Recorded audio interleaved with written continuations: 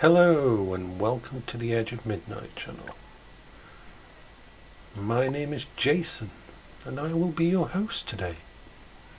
In fact, I'll probably be your host for the entire life of the Edge of Midnight channel, so I don't really know why I said that, but that's okay. What is this channel about? Why am I doing this? It's therapy. I need to do something. I need to get out there, and hopefully this will help. I had a rough couple of years. In fact, I've had a rough 21 years, if I want to be honest. I am not 21. I am 48 actually. I'm getting old. But what is this channel about? Why did I decide to start it? Well, gaming has been a lifeline to me. It really has. It's helped me through some of the hardest points in my life. My father died when I was 12. He went into a coma, and 6 months later he passed on. My mother is in a home at the moment with early onset dementia, end stages. She doesn't remember me anymore. She doesn't remember anyone really anymore. And my wife of 21 years died in November of 2018. So things have not been going well. I have reactive depression. I am diagnosed with ADHD. And life pretty much sucks, to be honest. But I'm not going to give up. I'm going to fight. And I think that's the whole point. This is a way for me to explore what happened to me, to let people know, to provide advice and information. You see, my wife was ill for 21 years. She got ill very soon after we got together. Acute lymphoblastic leukemia. A horrible type of cancer. And she had something called a Philadelphia chromosome. And what that nice little word and phrase means is this particular cancer is incurable, can never be fixed, can never be got rid of. The cancer cells will always be there. And the only thing you can do is fight it with medication. And here's the trick. The medication side effects are so bad that you're basically killing yourself with the medication. About a month after my wife became ill, she couldn't walk anymore, unaided, and things went downhill from there. I became her primary carer. I quit my career in computers to look after her, and I do not regret that in any way, shape or form. I would do exactly the same again. But now she's gone.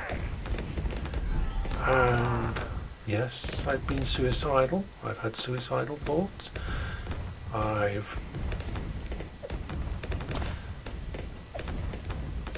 spent a lot of time thinking about death. But I think that's the depression. See, depression doesn't mind what's going on in your life or how you feel. Depression will do its own thing. People say to you who don't understand depression, you've got to book yourself out of this, you've got to get back on the horse, you've got to get out more, you need to come and be with us, you need to get laid. Yes, last month a guy said to me, you need to get laid. My wife's only been dead for almost 4 months now, yet I don't talk to him anymore. He was an idiot. Well, the thing is, when you lose someone like that, it just gives depression another bit of ammunition. Reactive depression, which is what I'm diagnosed with, is based on a type of depression that obviously reacts to something, an event. With me, it was my wife being diagnosed with incurable cancer. I mean, it's pretty reasonable, isn't it? I mean, if anything's going to screw up your mind, that's going to do it. So, I fell apart, completely and totally. Did you know that Samaritans can ring you? They don't keep your phone number unless you give them permission, but if they're very concerned about you and how things are going, they can ask you for your phone number, and then they will ring you in a week to see if you're okay. They will check on you. It's a very good idea. I don't think they offer this to everybody. I don't think it's something that everybody needs. But if you're really low and you are at the point of ending it, it was nice to have them ring me and to see how I was. When nobody else cared, when it has been 18 days since the funeral and nobody had visited, I was feeling kind of low. But you're thinking to yourself, well, everybody loses someone. Yes, they do. That's the scary thing. But at the same point in time, 7 days after Paula died, I was diagnosed with bowel cancer. And I tell you what, when I was lying on that bed and they were doing what they do to check whether you've got bowel cancer, and when we saw what was there, I just laughed.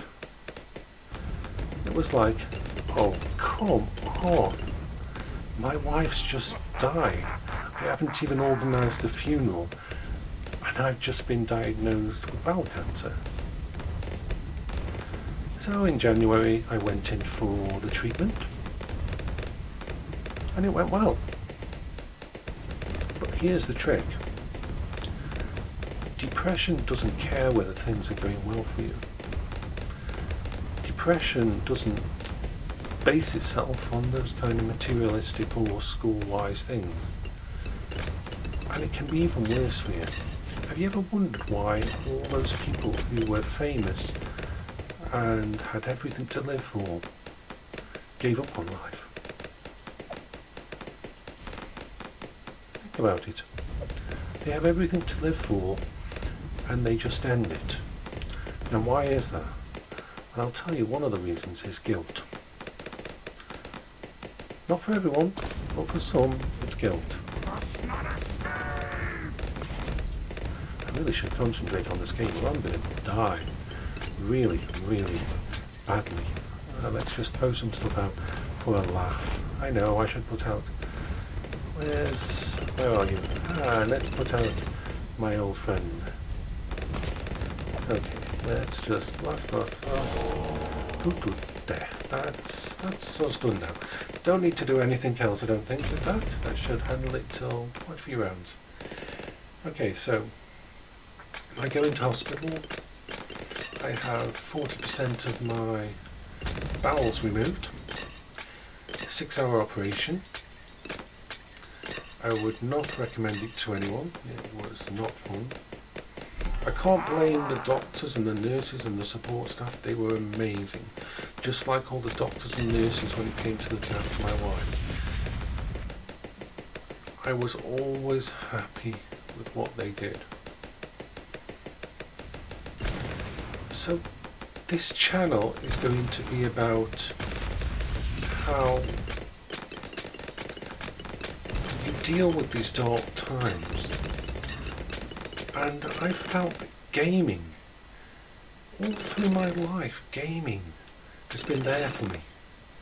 An escape path, something to share with my wife, something to do when I needed a break, something to do when I was frustrated. I mean, let's face it, something like Gorn is absolutely amazing when you're frustrated. Beating the hell out of those guys in Gorn in VR, that just really does top it all. So, this is my unscripted introduction video, making a fool of myself, and generally I think I'll enjoy this. I'm not looking to be internet famous, I'm not looking to make anything from YouTube. This is just me being able to put something out there, to do something, to achieve one thing each day. And that's the thing, to try and achieve one thing each day when the world doesn't really seem to want you to. I've got lots of money. What should I do?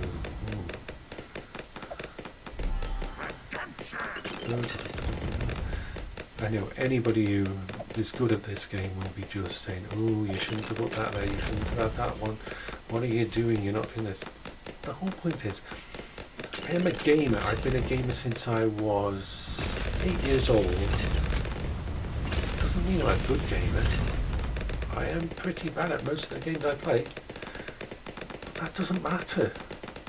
I don't play these games to actually beat anybody else at them. I play them because they're fun. And they've given me an outlet when life is really, really sucky.